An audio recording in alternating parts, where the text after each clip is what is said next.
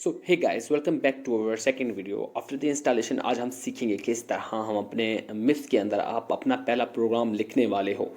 Usually जब हम coding सीखते हैं तो हमारा सबसे पहला जो कोड होता है वो होता है हेलो वर्ल्ड। सबसे पहले हम अपनी वेरिएबल को डिफाइन करेंगे जहाँ पर हम अपना हेलो वर्ल्ड स्टोर करेंगे। तो मिप्स के अंदर आप सबसे पहले डॉट डेटा लिखते हो जहाँ पे आप जनरली अपने वेरिएबल्स की लोकेशन स्टोर करते हो। तो आफ्टर राइटिंग द डेटा आप अपने वेरिएबल का नाम लिखोगे जो कि इस इन दिस केस हम लिखेंगे मैसेज MSG। उसके बाद कॉलन। आफ्टर दैट हम मैसेज जो हमारा जो वेरिएबल है मैसेज उसकी डेटा टाइप को डिफाइन करेंगे जो कि इन दिस केस हम एक हेलो वर्ल्ड लिखने वाले हैं जो कि एक स्ट्रिंग लिटरल है। तो उसके लिए हम लिखेंगे that ask case. After that हम उसके बाद अपने स्ट्रिंग को डिफाइन करेंगे कि उसके अंदर क्या आ सकता है। इसके अंदर कुछ भी आ सकता है, कुछ भी आ सकता है। जनरली लोग इसको हेलो वर्ल्ड लिखते हैं, आप कुछ भी लिख सकते हो, हेलो वर्ल्ड भी लिख सकते हो चाहो तो, हेलो वर्ल्ड या hello something like that. After that उसके बाद हमने अपना वेरिएबल डिफाइन कर लिया है जो कि मैसेज है। उसके अंदर हमने ये डिफाइन किया है कि ये एक स्ट्रिंग टाइप होने वाली है और उसके अंदर हमने उसका जो उसकी वैल्यू है वो हमने हेलो वर्ल्ड लिख दी है। उसके बाद हम क्या करेंगे करने वाले हैं कि हमें इंस्ट्रक्शंस देनी है कि इसको एग्जीक्यूट करना है। और जब हमें एक प्रॉपर एक्सटेंशन इंस्ट्रक्शंस देनी हो तो हम दैट टेक्स्ट लिखते हैं। आफ्टर टेक्स्ट के बाद जिस तरह हम अपनी सी लैंग्वेज के अंदर अगर आपने देखा हो या सी या C++ में इंट मेन लिखते हैं,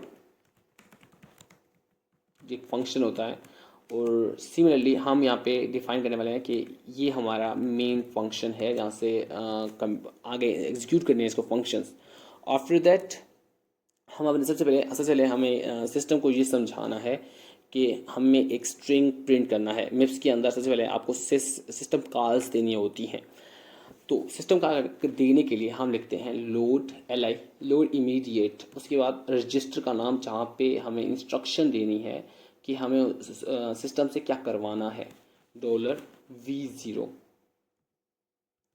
उसके बाद फोर हम सिस्टम उतार रहे हैं कि हमें एक स्ट्रिंग प्रिंट करना है। अगर आपको स्ट्रिंग प्रिंट करवाना हो मिप्स के अंदर तो हम फोर लिखते हैं और उसके बाद उस फोर को हम स्टोर करते हैं V0 रजिस्टर के नाम। V0 नाम का एक रजिस्टर है उसमें, और हम स्टोर करते हैं फोर, जिसका मतलब ये है कि हमें एक स्ट्रिंग प्रिंट करवाना है। उसके बाद इमीडिएटली उसके बाद V0 के बाद फोर एक आर्गूमेंट मांगता है कि आपको कौन सा वेरिएबल प्रिंट करवाना है या कहाँ पे वो एड्रेस स्टोर है। तो उसके लिए हम लिखते हैं LA लोड एड्रेस $A0 और उसके अंदर हम मैसेज को स्टोर कर देंगे। हमने सिस्टम को बोला हमें एक वेरिएबल प्रिंट करवाना है और उसका एड्रेस हमने ये दे दिया।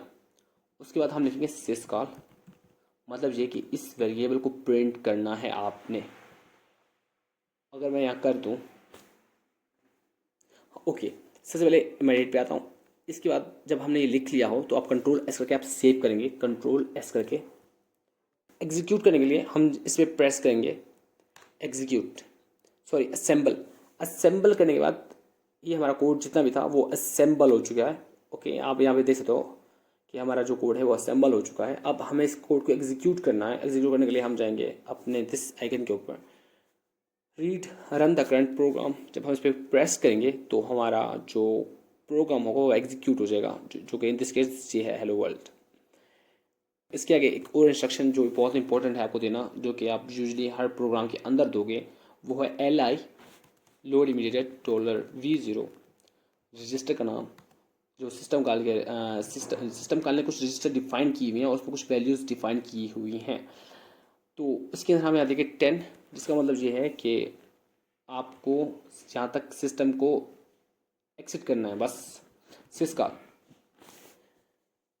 तो ये इंस्ट्रक्शन डिफाइन करते हैं कि हमारा यहाँ पे कोड एंड हो चुका है। जिस तरह कि आपने अगर पढ़ा हो इंट मेन रिटर्न ज़ीरो ये डिफाइन करता है ये आपका कोड सक्सेसफुली एक्सिट कर गया है, मतलब सक्सेसफुली रन हो चुका है। सिमिलरली हम यहाँ पे ये डिफाइन करेंगे कि हमारा जो कोड है जितना भी है वो सक्सेसफुली रन कर गया है और सिस्टम को एग्जिट कर दो। सिमिलरली अगर आपको सिस्टम कॉल के बारे में पढ़ना है मोर, कि कौन कौन से हैं और क्या क्या कर सकते हैं, तो आप जा सकते हो हेल्प, और सिस्टम कॉल्स यहाँ पे डिफाइन है। जिस तरह कि हमने फोर लिखा, फोर का मतलब ये है कि आप एक प्रिंट स्ट्रिंग करवाना चाहते हो।